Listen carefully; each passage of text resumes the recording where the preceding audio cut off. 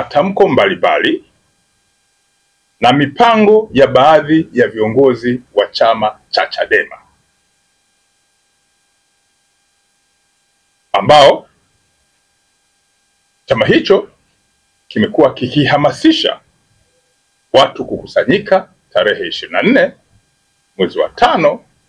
mwaka 2025 eneo la mahakama ya Kisutu, huku katika mipango yake kikilenga kufanya vurugu kwa lengo la kushinikiza mamlaka za kisheria kumwachia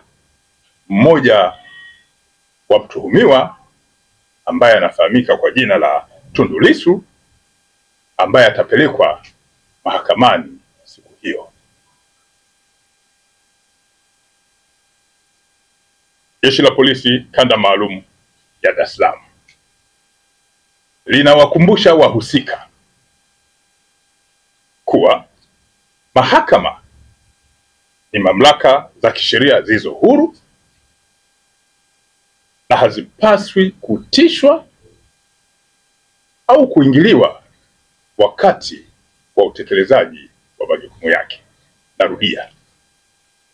Jeshi la Polisi Kanda Maalum ya Dar es Salaam linawakumbusha wahusika wanaohamasisha watu na wanaoendelea kuratibu mipango ya kufanya vurugu au fujo siku ya tarehe 24 mwezi wa 5 mwaka huu wa 2025 pale kwenye mahakama ya Kisutu. Jeshi linawakumbusha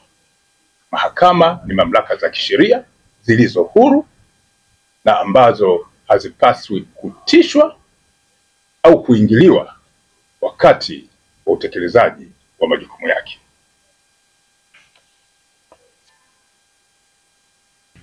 Jeshi la Polisi Kanda Maalum ya Dar es Salaam linaendelea kuwatahadharisha watu wote wanaohamasisha na wale wanaohamasishwa kuhusiana na nia ovu inayopangwa kwa siku hiyo kutoshiriki kwenye mpango huo, na jeshi linatoa onyo kali kwa wale wote ambao wanapanga, ambao watajaribu kutekeleza mpango huo, kuwa watashughulikiwa vikali sana, lakini kwa mujibu wa sheria za nchi. Narudia, jeshi linawatahadharisha na kuwaonya